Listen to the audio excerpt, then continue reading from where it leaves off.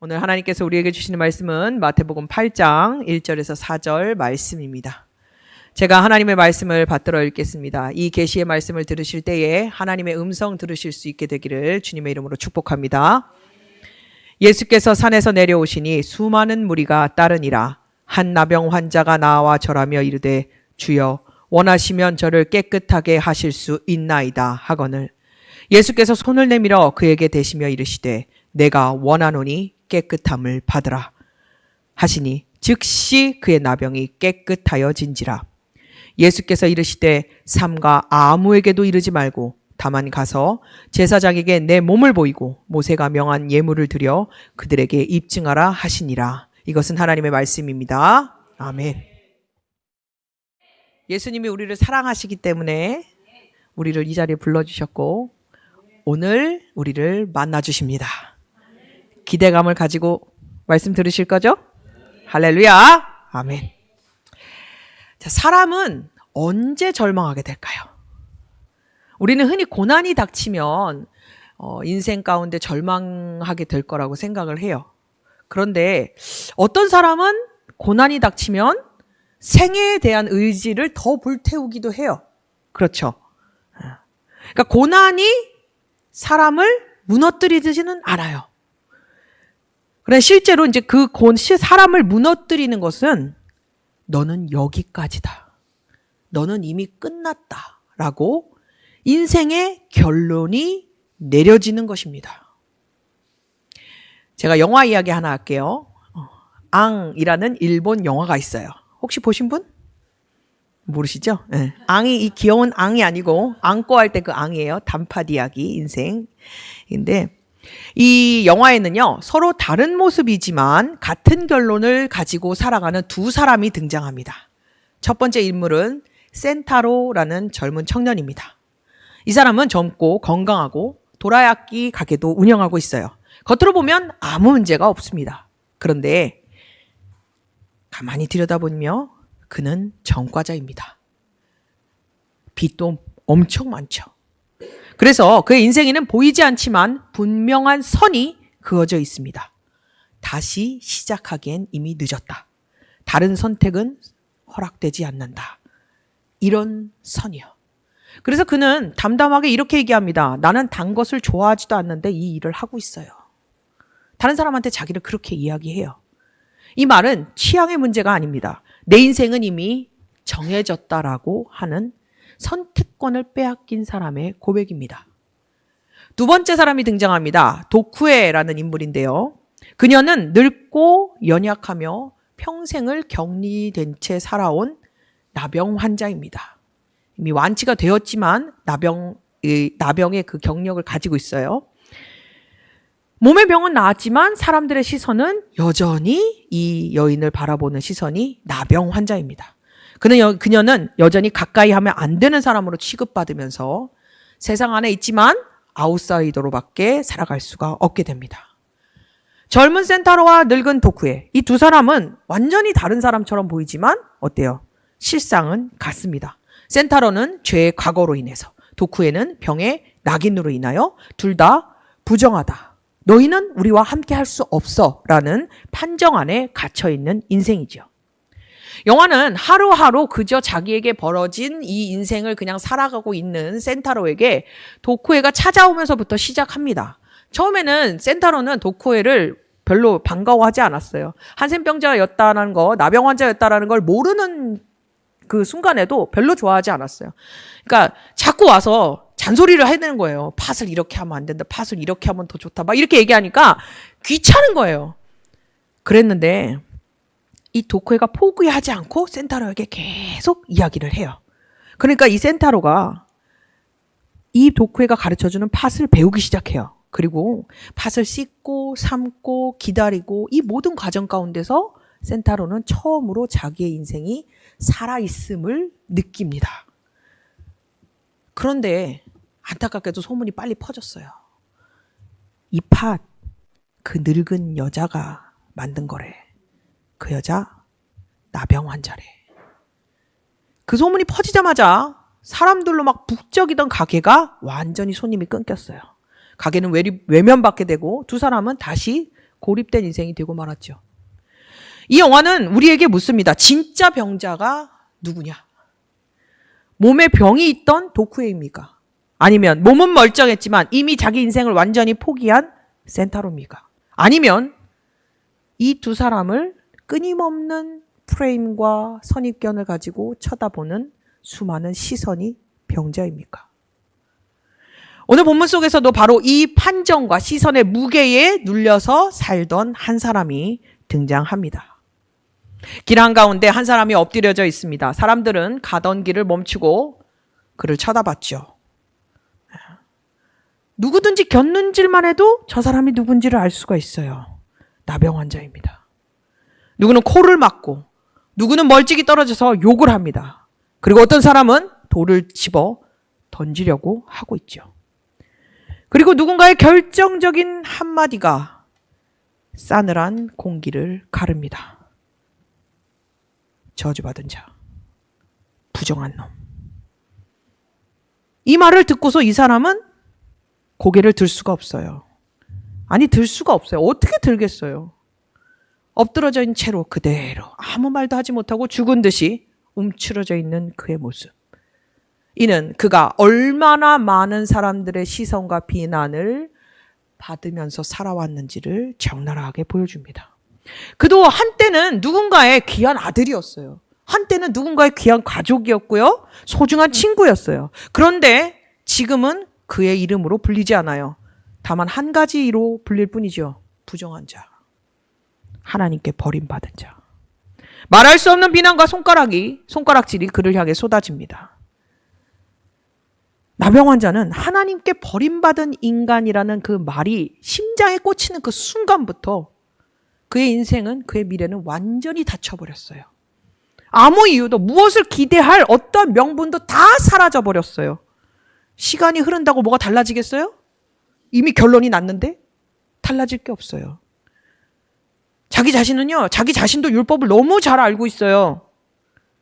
자기의 상태도 너무 잘 알고 있어요. 여러분 생각해 보세요. 바닥에 엎드려져 아무 말도 못하고 고개를 들지 못하는 그 나병 환자의 얼굴 표정이 어땠을까요? 기대감이 있었을까요? 체념과 두려움으로 가득합니다. 어쩔 수 없지. 그는 더 이상 하늘을 쳐다보지 않아요. 기도도 하지 않아요. 그저 모든 것을 포기한 채 그 자리에 엎드려 있을 뿐입니다. 그런데 오늘 본문을 보세요. 이 사람에게 오늘 누가 찾아오시죠? 예수님이 찾아오십니다. 여러분, 본문이 오늘 어떻게 시작이 돼요? 예수께서 산에서 내려오시니. 예수께서 산에서 내려오셨어요. 이 사람 진짜 모든 걸 다 포기한 상태일까요? 정말 포기한 상태일까요? 포기했다면 나아지도 않았겠죠. 사실은 모든 걸 포기하지 못한 거예요. 나 진짜 사람답게 한 번만 살고 싶다. 나 진짜 살아보고 싶다. 이 생에 대한 갈망이 결국 그를 그 자리에 엎드려 고개를 들지 못하는 그 자리로 이끈 거예요. 그래서 그는 산에서 내려오신 예수님 앞에 엎드립니다. 그런데 오늘 본문 보셨죠? 이 사람 뭐라 그래요? 고쳐달라고 해요? 그 말을 못해요. 그 말을 못해요. 그리고 뭐라 그러냐? 원하시면 저를 깨끗게 하실 수 있나이다. 율법에 따르면요, 부정한 사람은 그렇게 이렇게 돌아다니면 안 돼요. 이게 사람 많은 데 있으면 안 돼요. 왜냐하면 그 부정이 다른 사람한테 옮아가거든요. 그 부정이 전가가 되거든요. 네. 그래서 오늘 이 엎드려져 있는 자리가 뭐가 되는 거예요? 이 사람 무덤이 될 수, 이 사람 죽는 자리가 될 수도 있는 거예요. 그럼에도 불구하고 그는 마지막 남은 삶의 간절한 소망을 가지고 예수님 앞에 엎드러져 있습니다. 인간은요, 창조의 순간부터 이미 하나님께 사랑받는 존재였어요. 하나님 앞에서 사는 존재였고요. 하나님과 동행하며 사는 존재였어요. 하나님이 인간을 지으셨고 뭐라 그러셨어요? 보시기에 심히 좋았더라. 그냥 좋았더라 아니에요. 심히 좋았더라. 네. 아담은요, 자기가 자기의 존재를 이렇게 증명하려고 자기가 하나님 앞에 서도 되는 사람인지 아닌지를 막 애쓰면서 사는 사람이 아니었어요. 왜냐하면 하나님께 사랑받는 존재, 하나님이 사랑하시는 존재, 바로 이게 아담의 정체성이었거든요. 그런데 죄가 들어오면서부터 무엇이 시작되죠? 이 정체성이 완전히 무너지기 시작해요. 네. 여러분, 죄가 어떻게 시작이 돼요? 선악과 먹어서 시작돼요? 이렇게 아무 리액션이 없으시면 제가 곤란해요? 여러분, 아담이 선악과를 보면서 무슨 생각을 했어요? 나도 하나님처럼 되고 싶다. 이 하나님처럼 되고 싶다라는 이 욕망이 싹트는 그 순간부터 인간에게선 죄가 들어온 거예요. 피조물의 정체성을 버리고 하나님처럼 되고 싶다라고 여긴 그 순간부터 인간은 타락한 거예요. 그래서 어떻게 됐어요, 결과가? 하나님을 대적하고 하나님을 버리고 하나님 앞에 숨는 인생이 됐어요. 창세기 보면 뭐라 그래요? 선악과를 먹고 타락한 아담을 하나님이 찾으시죠. 아담아, 아담아, 어디 있느냐? 항상 사랑받던 존재가, 하나님과 동행하던 존재가 어떻게 된 거예요? 하나님의 낯을 피하여 숨은 존재가 된 거예요. 창세기 3장 10절입니다. 내가 하나님의 소리를 듣고 내가 벗었으므로 두려워하여 숨었나이다.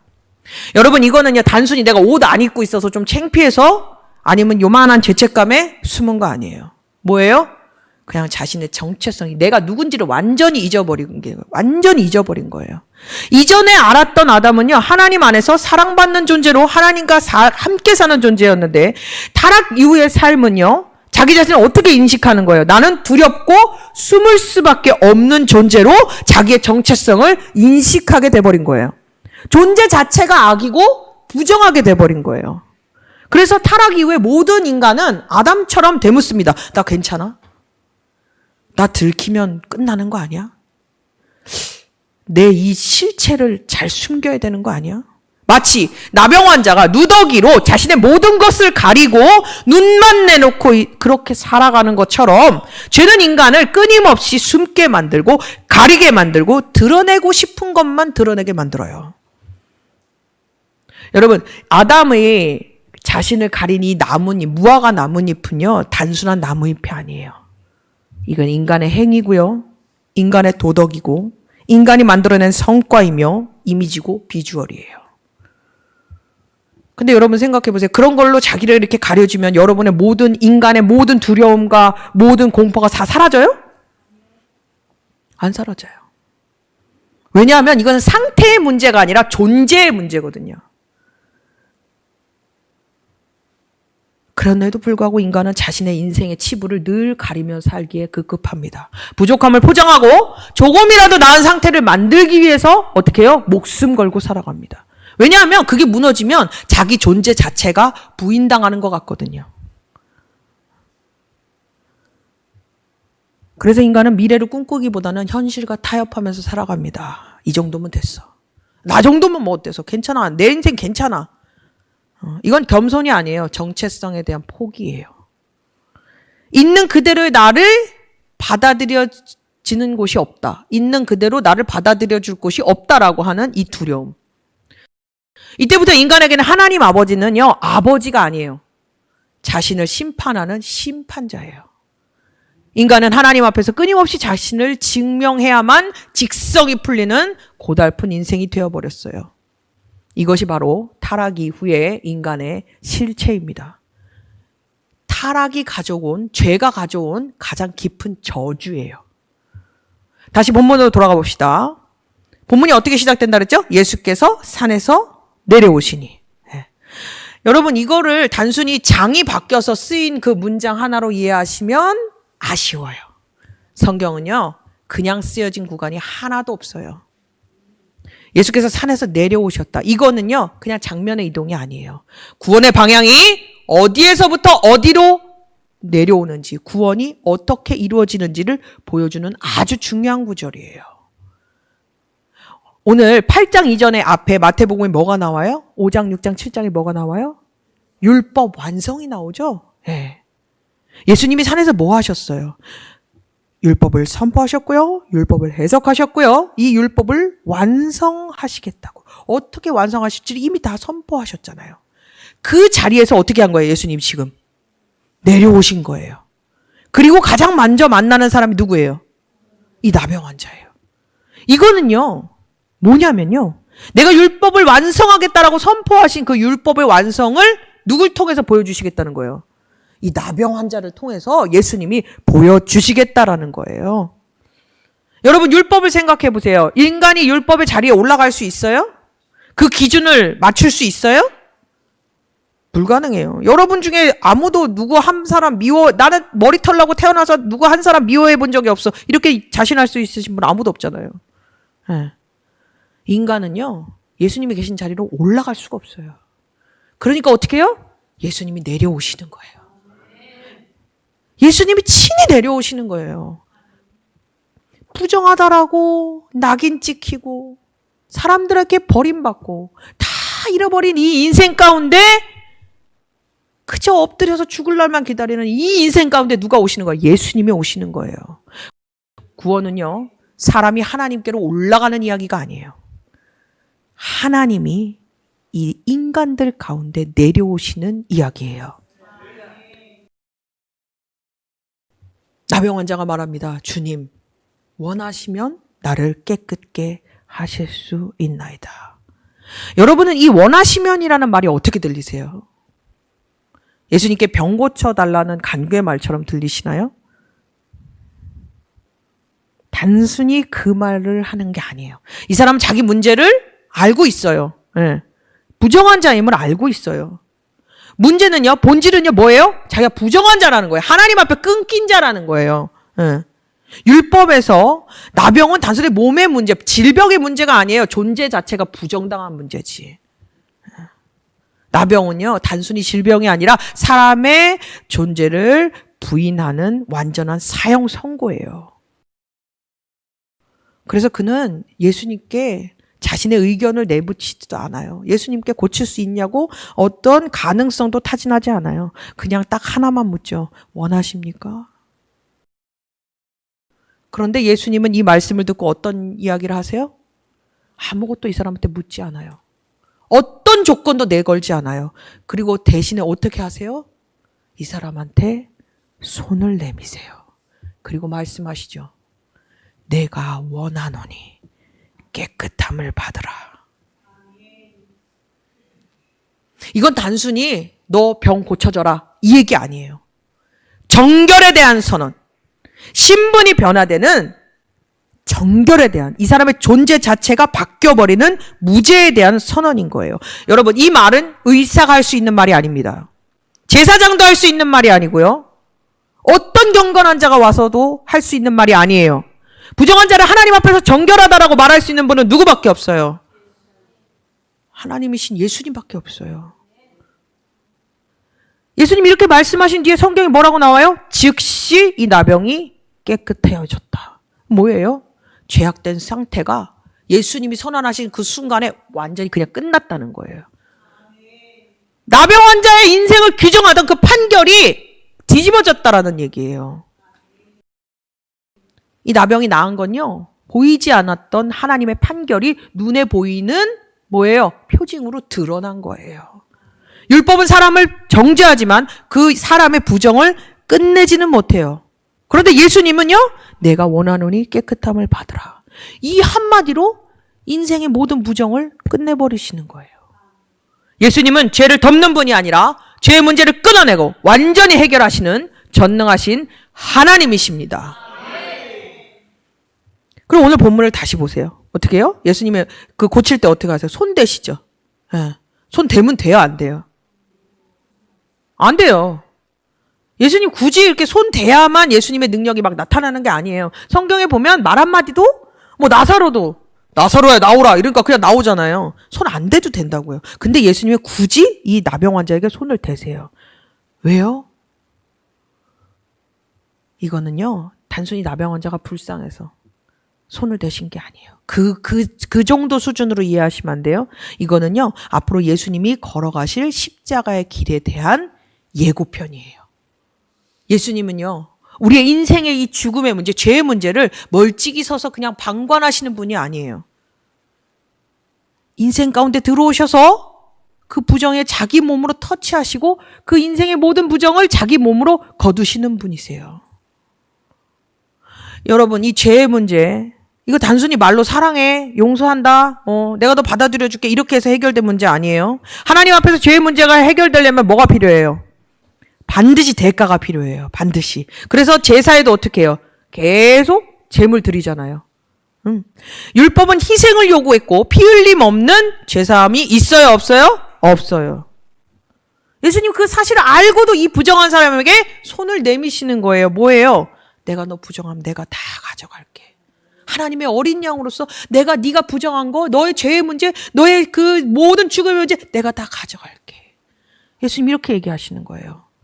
예수님은 사람이 되셔서 이 땅에 오셨고 사람의 몸으로 고난받으셨고 사람이 받아야 할 모든 수치와 버림과 조롱을 끝까지 받으셨습니다. 예수님이 이 땅을 살아가시면서 수많은 사람들에게 손가락질 당하고 조롱당한 건요, 우연이 아니에요. 여러분 생각해 보세요. 나병 환자가 되고 난 다음에 평생 무슨 소리를 들었겠어요? 좋은 소리 들었겠어요? 부정하다.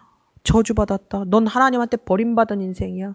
끊임없이 비난받았잖아요. 예수님이 십자가에 달리셨을 때 사람들이 예수님께 무슨 말을 했어요? 하나님께 버림받은 자. 저 죄인. 더러운 죄인. 나병 환자가 평생 들어왔던 그 저주의 말을 예수님께서 십자가에서 다 들으신 거예요. 나병 환자가 사람들 앞에서 고개를 들을 수 없었던 것처럼 예수님은 온몸이 발가벗겨져서 십자가에 달리셨어요. 그리고 그 모욕과 수치를 그대로 당하셨죠. 나병 환자가 평생 마음에 괴로웠던 말이 뭐예요? 하나님도 나를 버리셨겠지. 그 말이 누구 입에서 나와요? 예수님 입에서 나오잖아요. 엘리 엘리 라마 사막다니.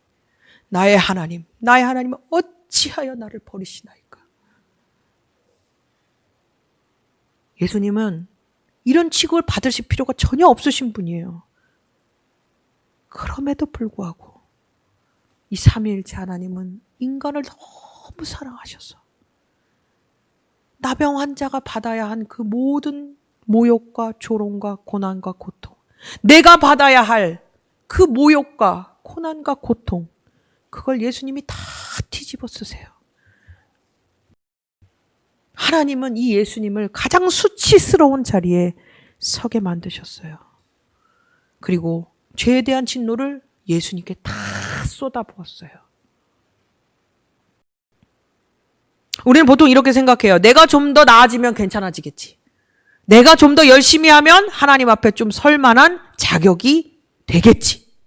예수님과 좀 더 친해질 수 있겠지. 그래서 사람은 자신의 상태를 어떻게 해요? 고치려고 애써요.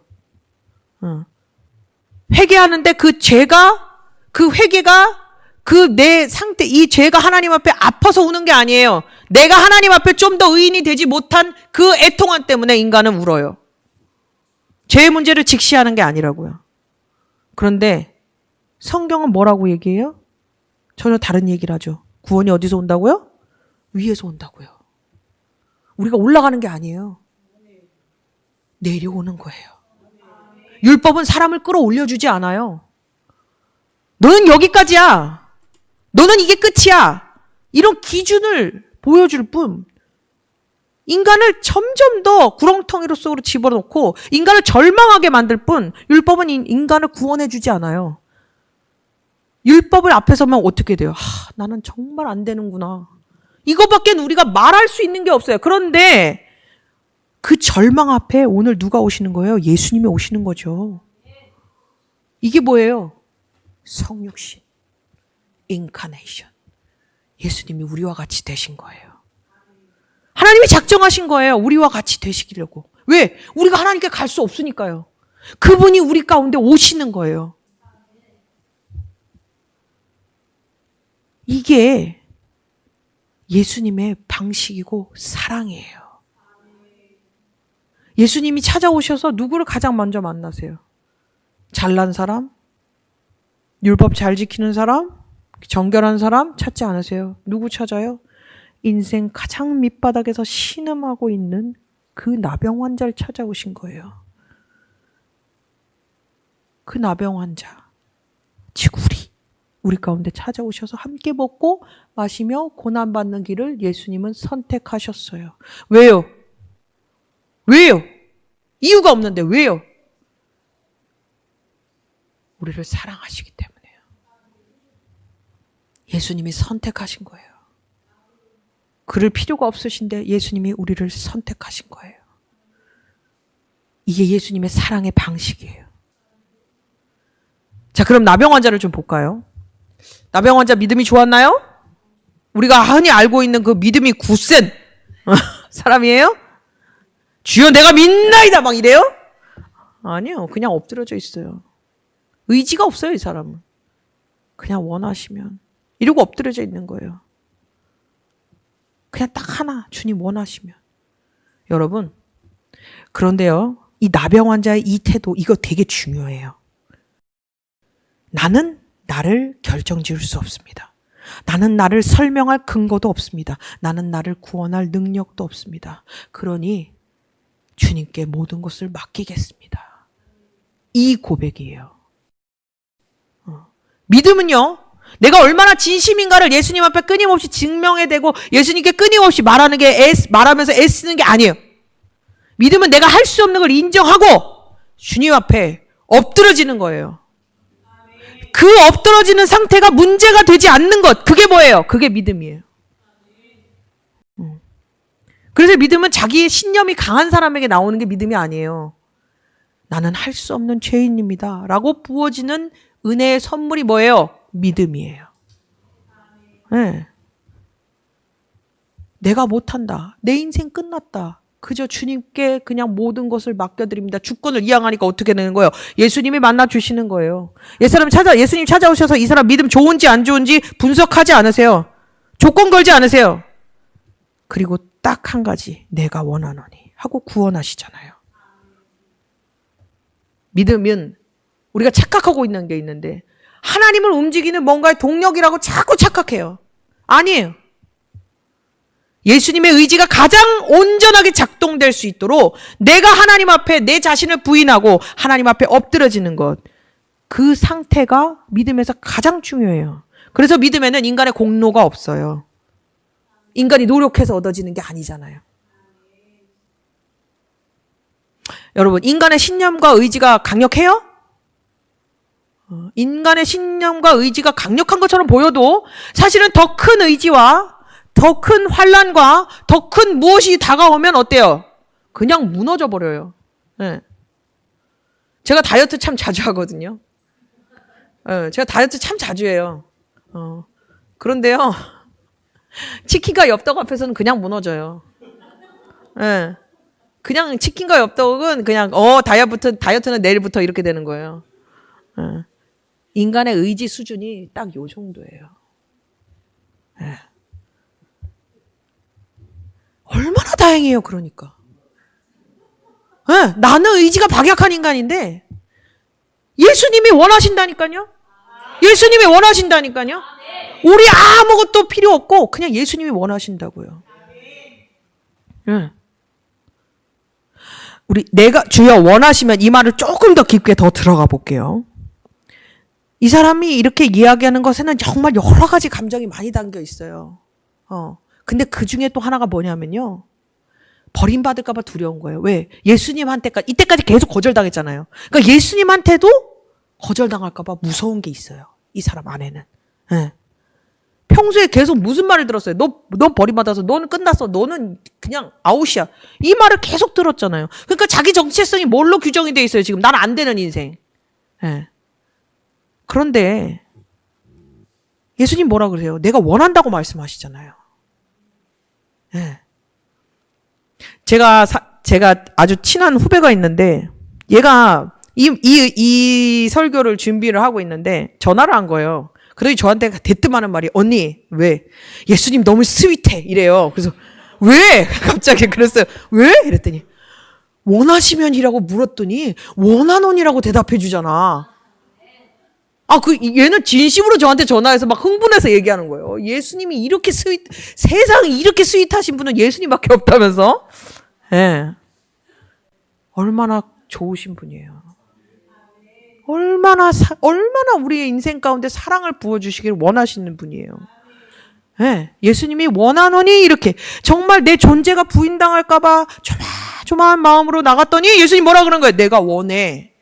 묻는 그대로 대답해 주시잖아요. 이 선언은요, 예수 그리스도를 통해서 드러난 하나님의 구원의 의지예요. 나는 너를 끝까지 지켜. 나는 너를 절대 포기하지 않아. 이 하나님의 인간에 대한 구원의 의지가 피가 되고 살이 돼서 나타나신 게 누구예요? 예수님이에요.